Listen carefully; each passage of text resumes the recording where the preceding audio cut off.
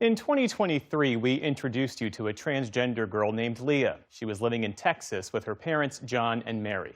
We concealed their identities because families like theirs faced growing threats. Since then, lawmakers have taken steps to further restrict the rights of transgender people. In June, the U.S. Supreme Court upheld state bans on transition medical care for minors. And this evening, the U.S. House passed a bill that would make it a felony to provide those treatments. It still needs Senate approval. William Brangham recently caught up with Leah and her family as they wrestled with their next steps. This is a day that for a while Leah hoped would never come. She told us as much a couple years ago. We just have our whole life here, and the last thing I want to do would be have to move. But now, at the age of 15, Leah and her parents, John and Mary, have decided they must move. They've packed their entire life into boxes, prepped for the truck in their driveway. They're leaving Texas for Colorado, seeking refuge in a state with friendlier policies for transgender kids like Leah. I've lived here pretty much all my life, so definitely it's going to be a big change. Leah came out as trans several years ago. First, she transitioned socially, changing her name and her clothes. She did years of counseling, started on puberty blockers, and just over a year ago began taking estrogen. Those steps are all considered gender-affirming care, which is endorsed by major U.S. medical associations. But those treatments have come under increased scrutiny in recent years, and more than half of U.S. states now have laws restricting this kind of care for anyone under 18. Texas passed its ban in 2023. Last year, Leah and her family began making regular trips to New Mexico for her treatment, traveling hundreds of miles and spending thousands of dollars. We have other kids, we have adult kids, and I feel like we've given them every opportunity for anything that they wanted to do, and we cannot do that right now for Leah, and she deserves that too. Texas now requires a person's driver's license to match the gender on their birth certificate.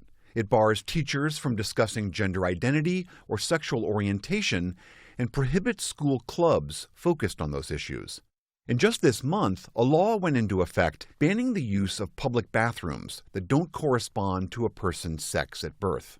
It still didn't feel unsafe necessarily, but it did feel direct. We had to talk to Leah about just laying low, which it just kind of goes against everything we believe and have always told our kids to be themselves and be proud of who they are.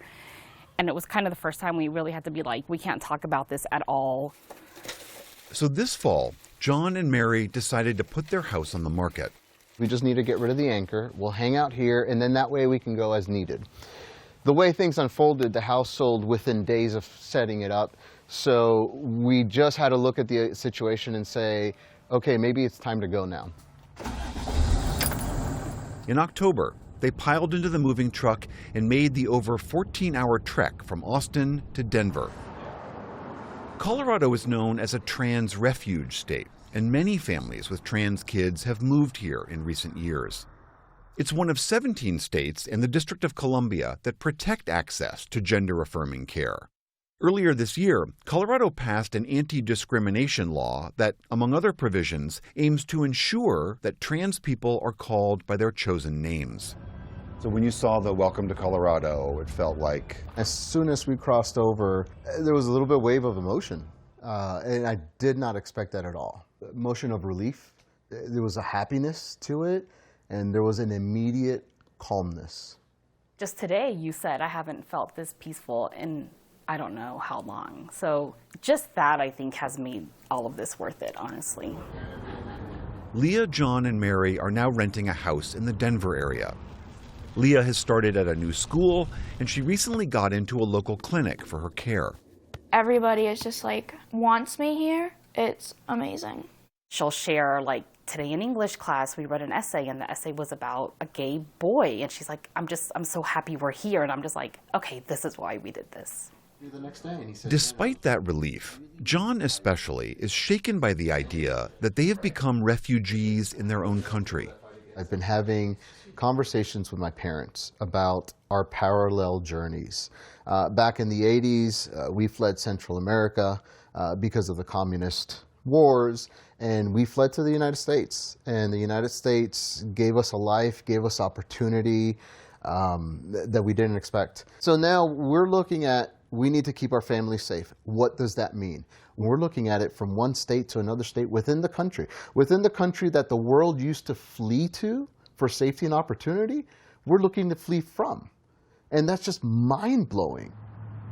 And there's a larger concern that even in Colorado, the threats are not eliminated. Official policy of the United States government that there are only two genders, male and female. Since retaking office, President Trump has moved to restrict the rights of transgender Americans. The State Department stopped allowing passports that match trans people's gender identities. The Pentagon reinstated a ban on transgender troops. Expressing a false gender identity divergent from an individual's sex cannot satisfy the rigorous standards necessary for military service. The war on women's sports is over. The administration threatened to withhold funding from states where transgender girls are allowed to play in girls' sports. We will defend the proud tradition of female athletes, and we will not allow men to beat up, injure, and cheat our women and our girls. And an executive order in January put hospitals and clinics at risk of losing federal dollars if they continued to practice gender-affirming medical care. The Biden administration peddled dangerous policies that defied medical science in favor of radical transgender ideology. But President Trump has put an end to that to ensure America's children's innocence is protected. Some providers preemptively stopped those treatments, even in states where they were otherwise protected. Multiple clinics in Colorado stopped care for a while. We were looking at other states because of that. We ended up here because we have other children and we need to be near them, and this was the closest that we could be to them. But that was definitely something that we took into consideration, and for a while crossed Colorado off of our list. But here we are, and we feel safe for now. At the end of the day, we're going to keep her safe, and she's going to transition. Whether we got to do it here in Canada, in Spain, in Antarctica, wherever it is, we're going to do that. And we have decided that we are going to be prepared to pivot as much as we need to. Leah says, despite all her parents' efforts, the pressure on trans people in America is pervasive, and it's hard to keep it at bay. Transitioning is like the best thing that's ever happened to me, so like I never take that back. Now that I'm here with my people that want to protect me, I mean, it's a totally different mindset, because at some point it did feel like I had heard so much from the kids at school and just from people in Texas in general that I started to question, am I the problem? I didn't know you thought that.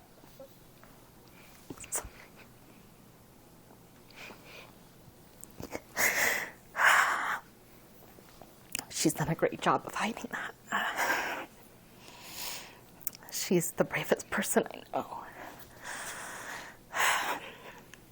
Fearless. For the PBS NewsHour, I'm William Brangham in Denver, Colorado.